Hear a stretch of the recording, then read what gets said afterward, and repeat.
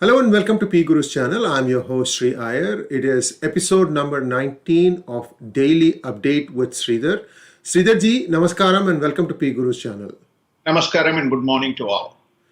Good morning to you, sir, and good morning and good evening wherever you are. Today we are going to jump right in. Secretary of State Mike Pompeo, after visiting India, he also visited Sri Lanka and then Maldives, and now he is in Vietnam. Sir, what is the objective of his visit to Vietnam?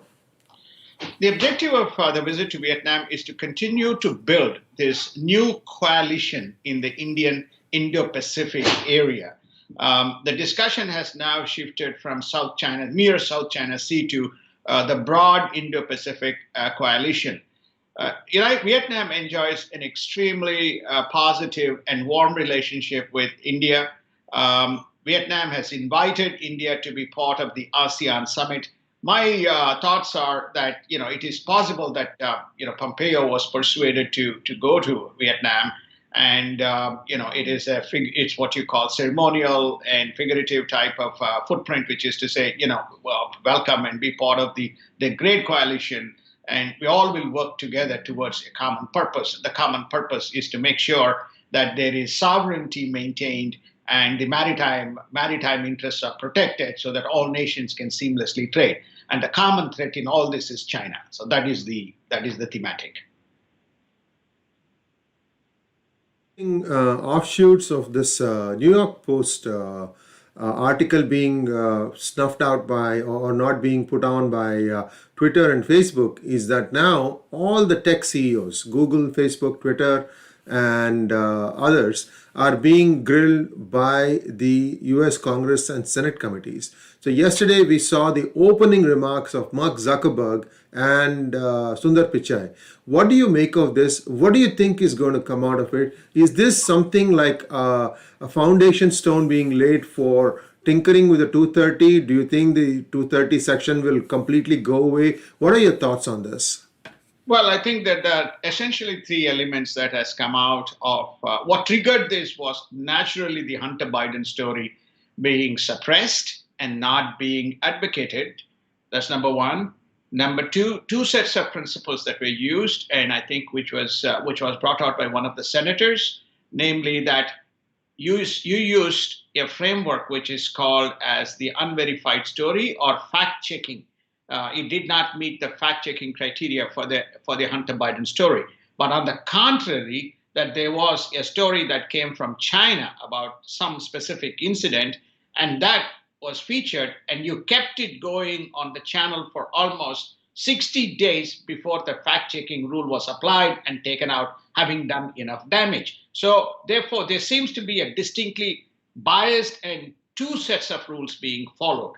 Then the third is they were asked to qualify and validate whether there's been any change. Right there, Ted Cruz validated and found out New York Post continued to be blocked from Twitter, contrary to the statement made under oath by Jack Dorsey. Jack seems totally oblivious. He believes that he is a law unto himself. He can do anything he wants. His lawyers have advised him. He comes from the liberal state. So they will use all kind of circumnavigation to make sure they mitigate any potential kind of truth. So unless 230 is changed, where the limitation of damages is taken out, these people are not going to toe the line. The same thing happened, just to kind of wrap up, for 2 hours, 4 executives of Twitter were questioned by the parliamentary committee, which is bipartisan parliamentary committee in India, where they put up lay as part of China as opposed to India. That's something similar both on Kashmir as well.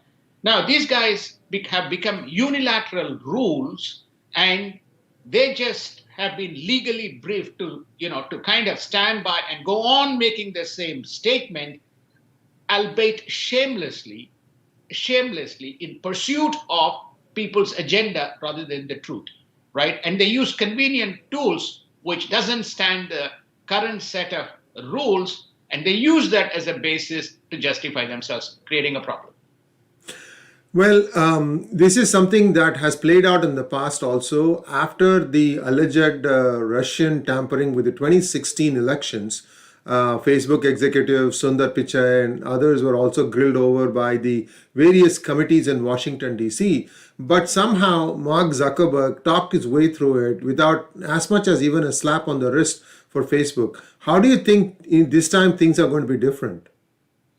Well, this time things are going to be different on only one facet, which is effectively the story itself is very relevant and it could turn out to be true. That's number one. Number two is that it is significant within the context of a very contested presidential election. So therefore, there is a deep intent on the part of the Republican Party, which seems to be aggrieved in this instance, to pursue this course. That's number two. And I think number three is that there is this global kind of phenomenon, especially from some of the right-leaning countries, that there is a definite third leg of government which is creeping in the absence of legislation. There's an element of frustration, but therefore there is potential for resolution. But the last one, which is I must say, is I don't want to. This Clarence Thomas seems to have written either to the Senate Judiciary Committee or the Judiciary Committee, which is to say there's enough data and there's enough evidence to actually relook at 230 and make amendments. So therefore, that gives the extra kind of credence and leg when you have a Supreme Court sitting judge making that observation. Yes, indeed. When somebody like that weighs in, it gathers a lot of momentum towards making a change positive, a change that levels the playing field. And let's look forward to something that is more equitable. For sure, we've been saying this for a long time.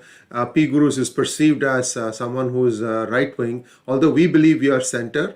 And we also have an asymmetric set of rules applied against us. I'm saying this with a full knowledge of having a lot of facts behind me, and I'll be happy to talk to any Facebook or Twitter people as to why I believe so. Any rate, so this is something that is an ongoing battle. We have been suffering for a long time. Our growth has been stunted.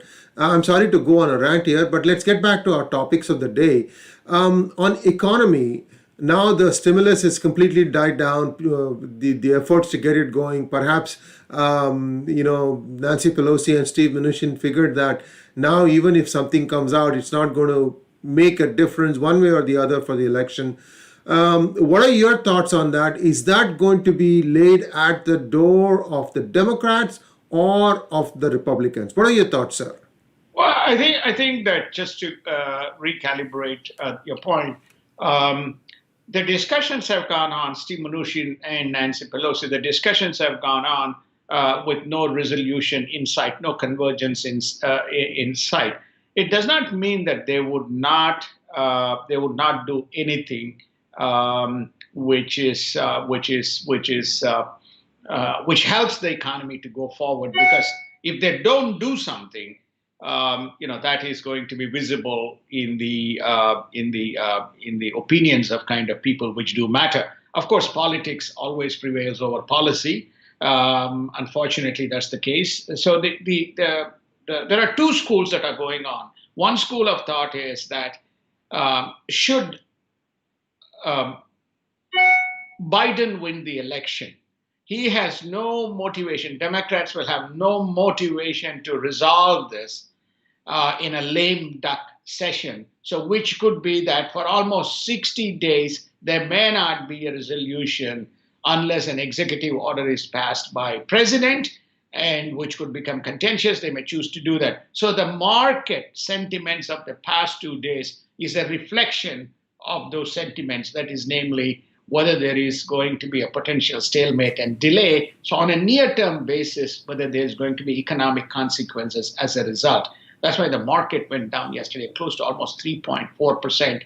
The Dow was down, and 3.7, and S&P was, I think, 3.4% down. So there's quite significant dip in the continuation of the markets. It's a symbol of what is to come.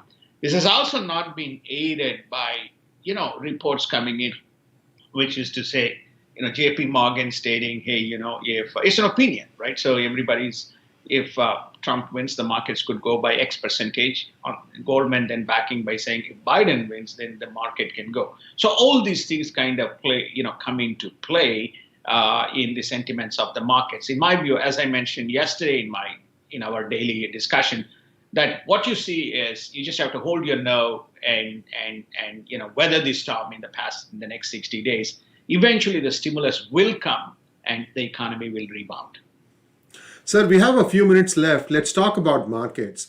Now, this fall to lows in March and then now the bounce back. Has the bounce back been even across the board for all market segments, or has it been pronounced in a few segments? What are your thoughts, sir?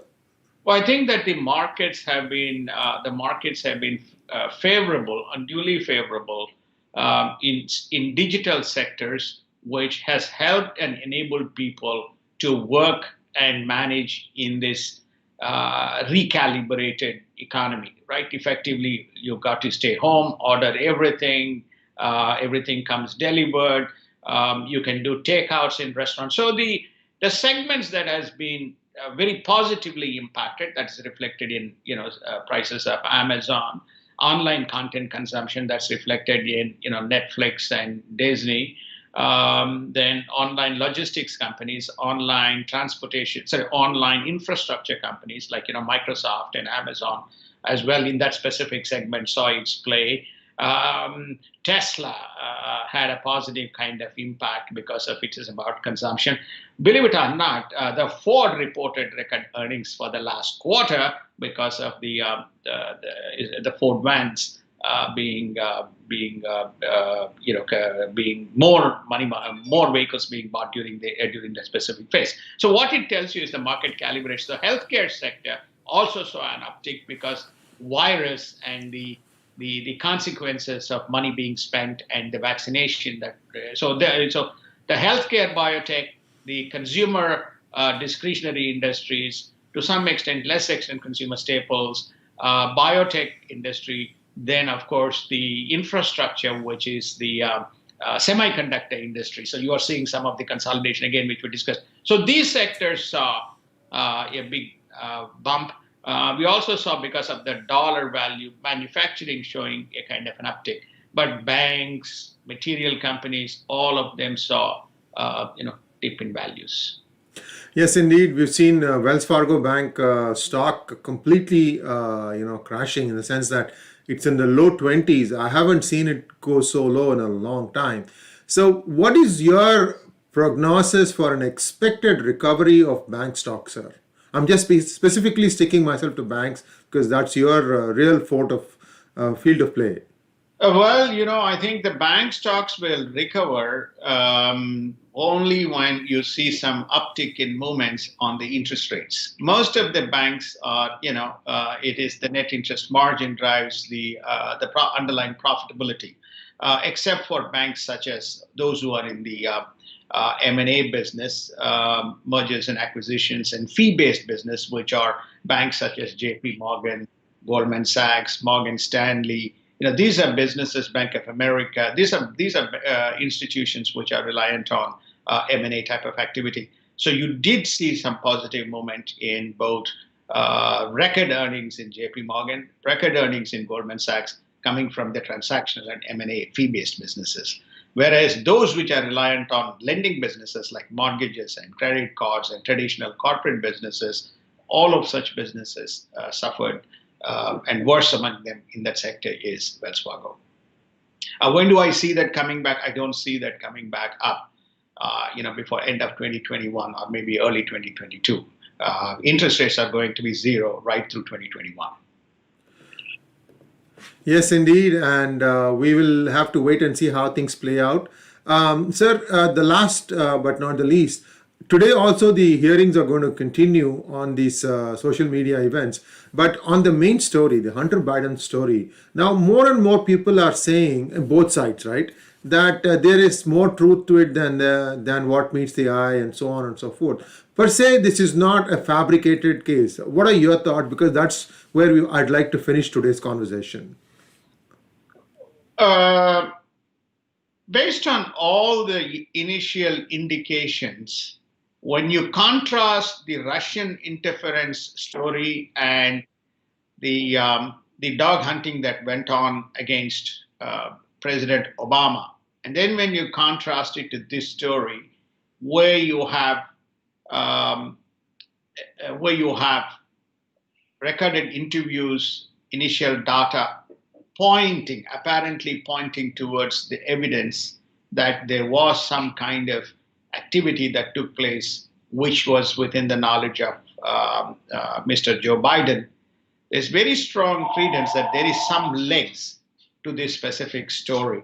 The question in the United States is how conclusive the evidence is or how inconclusive. So there could be anecdotal evidence that points out that there was, but then the question is eventually to make it what you call absolutely clinching, you need to have a very definitive evidence. I don't know in any of these cases whether you would have that clinching evidence to say, okay, we got it, right? So that's where the nail is.